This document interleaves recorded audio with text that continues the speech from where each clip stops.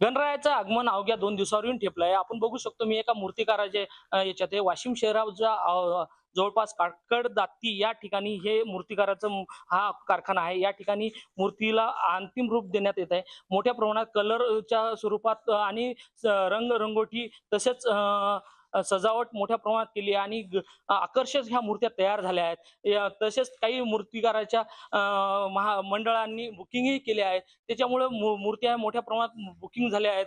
तसेच यावर्षी लवकरच सुरुवात नाही झाल्यामुळे अनेक मूर्तिकाराचं नुकसानही झालंय. आपण बघू शकतो सध्या ही आकर्षक मूर्ती या ठिकाणी येतात आणि नेमकंच ह्या मूर्ती बनवण्यात यांना उशीर झाला, त्याच्यामुळे टाइम मिळाला नाही. त्यामुळे अनेक मूर्तिकारांच्या काही मूर्त्या ह्या तशाच पडून येतात. त्यामुळे यावेळेस त्यांना कुठेतरी आर्थिक भूर्दंड बसण्याची शक्यता आहे. आपल्यासोबत मूर्तिकार आहे. नेमकं दादा काय परिस्थिती राहणार यावर्षी? त्यावर्षी परिस्थिती अशी राहील की मालाचा थोडासा शॉर्टेज जाणवेल. कारण मागच्या 1-2 महिन्या पहिले प्लास्टर बंद केलेलं होतं आणि जेव्हा प्लास्टर चालू झालं तेव्हा त्याची मागणी भरपूर जणांची होती. आणि प्लास्टर टाइमवर आला नाही. टाइमवर आला नसल्यामुळे ते माल काढणं शक्य नव्हतं. आता थोडासा माल आहे काढलेला, तरी यावर्षी मंडळ जास्त येऊन राहिले, माल कमी आहे. माल कमी येतात. आता जास्त मधातनी पाऊस चालू होता ना, जास्त पाऊस चालू असल्याच्यानं हे असं सुकत नाही जास्त प्लास्टर. त्यानं मूर्ती काढायला बी थोडासा टाइम लागलेला आहे. तर मंडळ जास्त येऊन राहिले पण तसं माल कमी आहे. शॉर्टेज असल्याचे जाणवते थोडं. ह्या ज्या आकर्षक मूर्ती आहेत याची नेमकी साईज काय असणार नेमकीच? 8 ते 7-8 फुटापर्यंत, 5-6 फुटापर्यंत राहते. तर याची बुकिंग कशी राहणार? किती झाली आतापर्यंत तुम्हाला असं वाटतं? आतापर्यंत 20-25% झालेली आहे बुकिंग मालाची.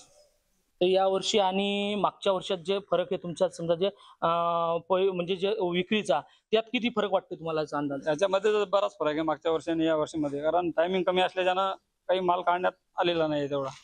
मधातनी पाऊस चालू असल्याच्यानं झालेला नाही.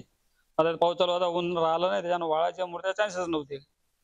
त्याच्यामुळं सर्व झालं. आता रंगरंगोटी सर्व क्लिअर झालेली आहे. मूर्तिकार म्हणजे मंडळ येऊन राहिले. दरवर्षीपेक्षा यावर्षी किती मूर्त्या तयार आहेत समजा? यावर्षी भरपूर कमी आहे. मागच्या वर्षीपेक्षा भरपूर कमी आहे. मालाचा थोडासा शॉर्टेज आहेच.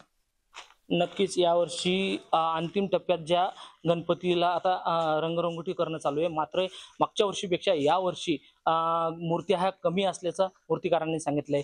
त्यामुळे यावेळेस जो मंडळ असतील किंवा घरगुती गणपती असतील यांना कुठेतरी या मूर्ती शॉर्टेज पडणार असल्याचंही या वेळेस यावरून दिसून येत आहे.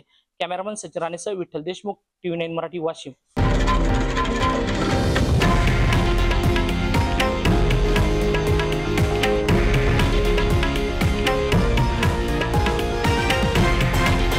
हे आहे देशातील नंबर 1 न्यूज नेटवर्क आणि आपण पाहत आहात TV9 मराठी, एकमेव.